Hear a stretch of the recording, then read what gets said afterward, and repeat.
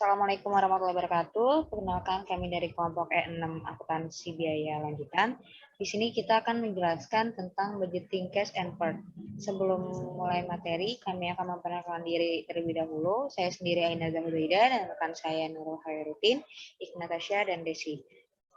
Untuk materi pertama akan dijelaskan oleh rekan saya, yaitu Nurul Khairuddin.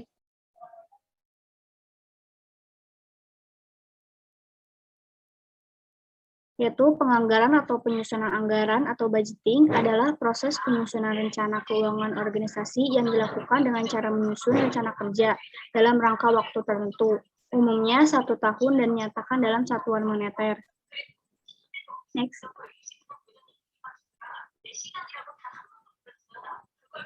Kemudian, proses penganggaran perusahaan membantu membentuk laporan keuangan secara menyeluruh. Dengan mengembangkan laporan keuangan yang diperkirakan ini, sebuah bisnis dapat melacak margin keuntungannya. Ini akan menentukan apakah menguntungkan untuk menjalankan operasi bisnis di masa depan.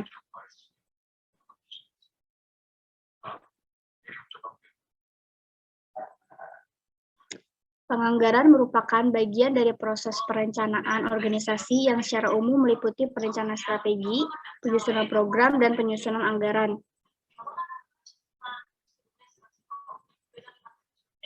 Kemudian di sini ada isi penganggarannya. Dibagi menjadi 3. Yang pertama perencanaan jangka panjang, yang kedua perencanaan jangka menengah, yang ketiga perencanaan jangka pendek.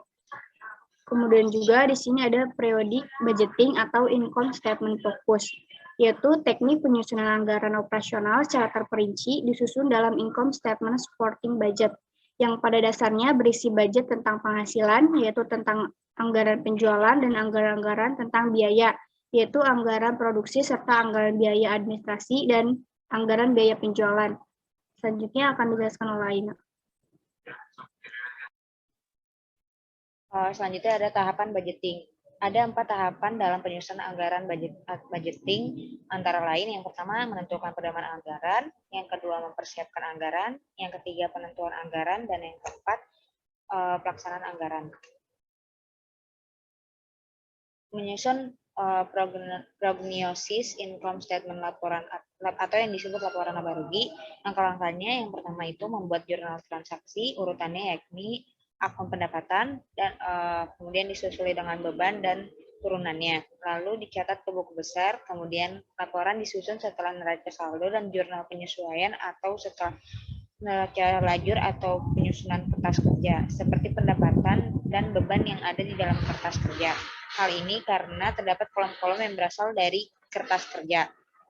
Beban diambil dari kolom neraca, sementara itu laba rugi adalah selisih dari total pendapatan dan total beban. Kemudian ketika pendapatan lebih besar dibandingkan beban, maka akan terjadi laba. Sementara pendapatan total yang lebih kecil daripada beban, maka akan menjadi kerugian. Format laba rugi ada 2 cara membuat laporan keuangan laba rugi, yaitu menggunakan format single step, yang kedua multiple step. Berikut contoh membuat laporan perusahaan jasa dengan metode single step. Seperti pada gambar berikut.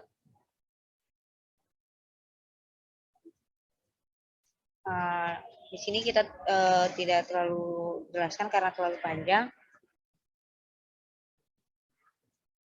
Kemudian ada konsep PERT. PERT adalah singkatan dari Program Evaluation and Review Teknik yang merupakan teknik perencanaan yang membagi suatu proyek besar atau pekerjaan induk menjadi tugas-tugas individual yang lebih kecil dan disusun di dalam suatu jaringan kerja yang logis sehingga jangka waktu dan biaya proyek dapat dikurangi seminimal mungkin.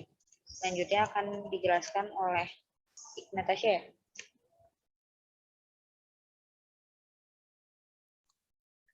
Selanjutnya, pendekatan yang dapat dilakukan untuk menentukan perkiraan waktu, yaitu ada perkiraan waktu optimistik atau WO atau the optimistic time estimate.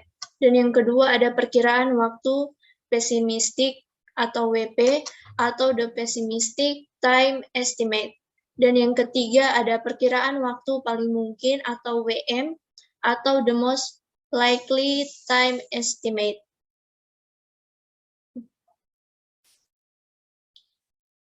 Selanjutnya ada waktu harapan atau WH atau expected time dengan rumus perhitungan yaitu WH sama dengan WO ditambah 4WM ditambah WP dibagikan 6.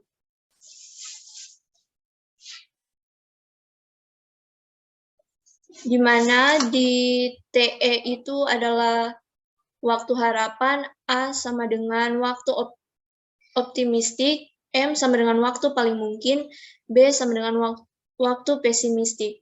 Dengan menggunakan konsep TE, maka jalur kritis dapat didefinisikan.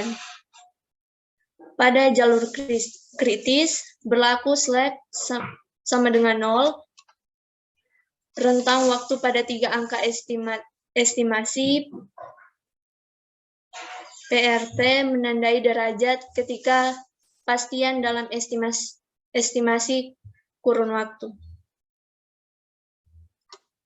Selanjutnya, besarnya ketidakpastian tergantung pada besarnya angka A dan B. Dirumuskan sebagai berikut.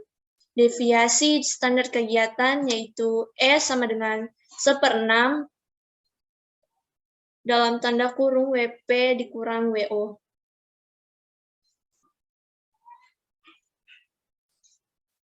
Selanjutnya, ini ada S. S itu ialah deviasi standar kegiatan dan WO waktu optimis dan WP waktu pesimis. Untuk variasi kegiatan dirumuskan varians kegiatan yaitu WH sama dengan S pangkat 2 sama dengan WP dikurangi WO dibagi 6 pangkat 2.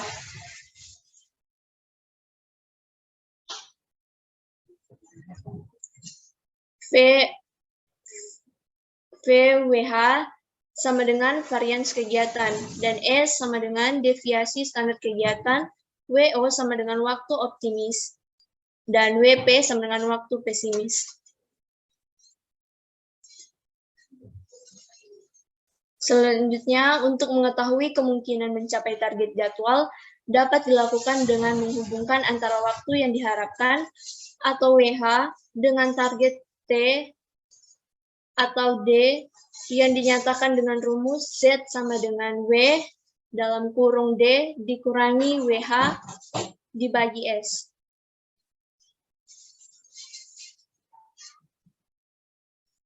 Selanjutnya ada Z sama dengan angka kemungkinan mencapai target dan T dalam kurung D sama dengan target jadwal, WH sama dengan jumlah waktu kegiatan kritis, S itu deviasi standar kegiatan angka, dan Z merupakan angka probabilitas yang persentasenya dapat dicari dengan menggunakan tabel distribusi normal kumulatif Z.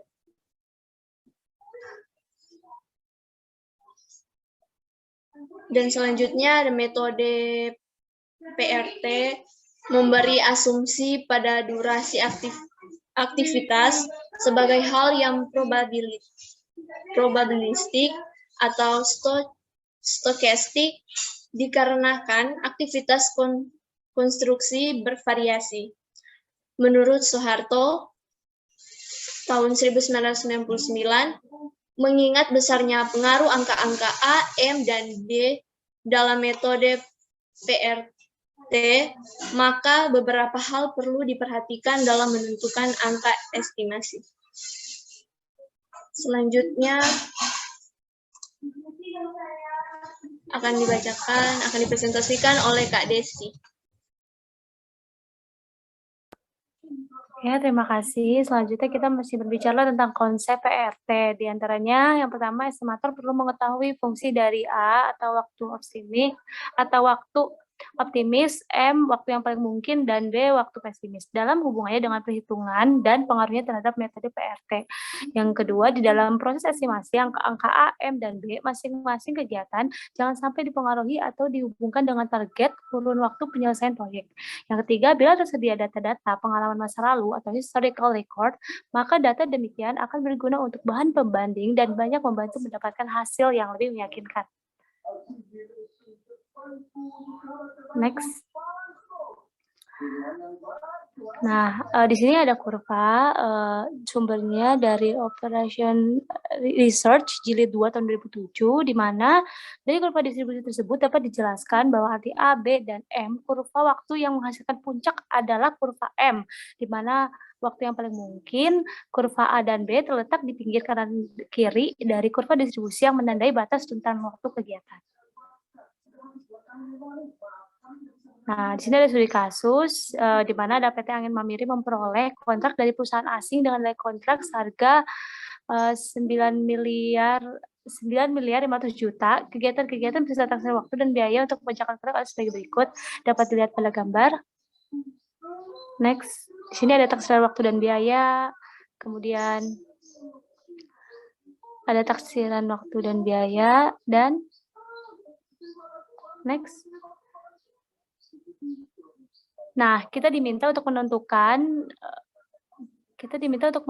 waktu harapan setiap kegiatan, yang kedua menentukan taksiran biaya kontrak pengerjaan, dan yang ketiga menentukan taksiran laba dan proyek, dan keempat kita diminta untuk menentukan analisis biaya kontrak pengerjaan. Berikut penyelesaiannya dapat dilihat pada gambar. Ini ya, di bawah. Ya. Nah, penentuan taksiran laba proyek adalah sebagai berikut. Nah, harga jualnya kan yang disetujui 9 miliar 500 juta.